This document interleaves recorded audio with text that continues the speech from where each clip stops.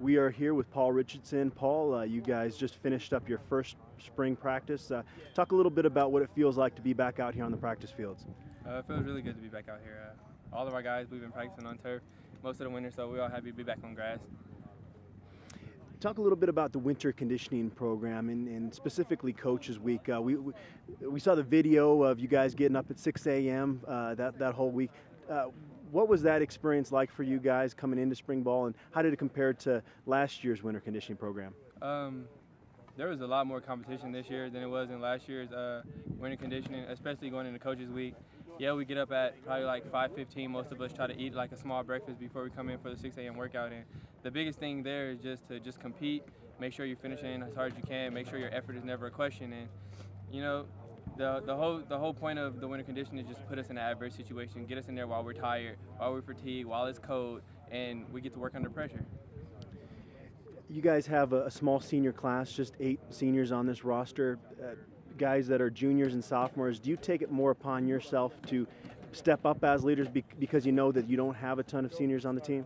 Oh, well, yeah, definitely. Especially as guys that play a lot in our class, in our junior class, like Chidera and I. So we make sure our voice is heard. We're part of the leadership on the team. So we help the seniors out as much as we can. And a big thing for us is leading by example. So then when we are talking to the guys, we have more credibility. Looking back to last season, you had some really big games, and then you had to deal with some injury issues. Did you learn anything last season?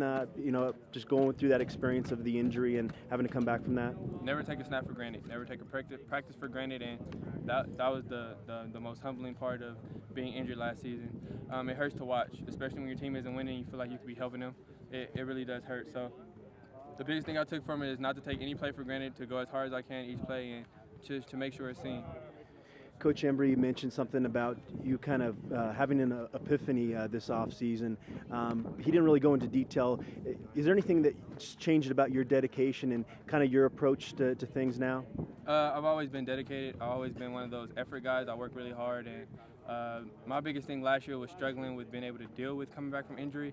Once I got injured, I felt like I lost some credibility. Like my voice wasn't as important as it was before because I wasn't out doing it with my team. But that was the biggest battle I had to overcome. And then once I overcame that this winter, I've been back being vocal, and I'm back to leading by example.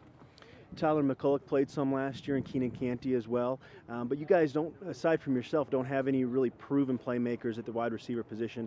Are there any guys you feel have that potential that are on this team right now at the receiver position? Well, yeah, our three guys that played from last season, myself, Keenan Canty, and Tyler McCulloch, we all have different types of playmaking ability. It's just that making the most of the situations when we do get the chance to make a play and to be able to put it on display. What is Nelson Spruce going to add to the mix at receiver? Nelson Spruce is going to give you he's a Scotty McKnight type of receiver. Not quite there as Scotty was, but I think over time he will get there. He can catch everything. He runs good routes, and he has good speed. His speed is deceptive. He's more quick than he is fast, and that's what he brings to the table, that different dimension at the receiver court. I don't think you got a chance to work too much with Connor Wood last fall because he was on scout team. What were just kind of your initial impressions today?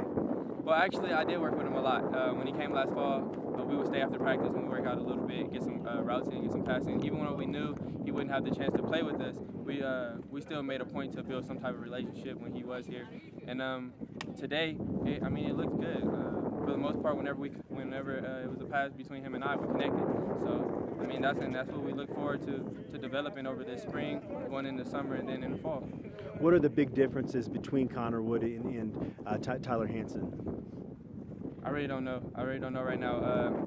Like the coaches said, Tyler hasn't played with us in the game yet. So, that's when it really be when he get his chance to step up. Just last question, what are your overall goals this spring? To not get yelled at as much. I joke with Coach EV all the time about being yelled at, but no, that's part of it though. We have fun out there. My goals mainly are to just be more consistent in my route depth and continue to lead our group. We all need to block better as a group as a whole, our downfield blocking. So that's what we're overemphasizing right now. Thanks, Paul. Appreciate it.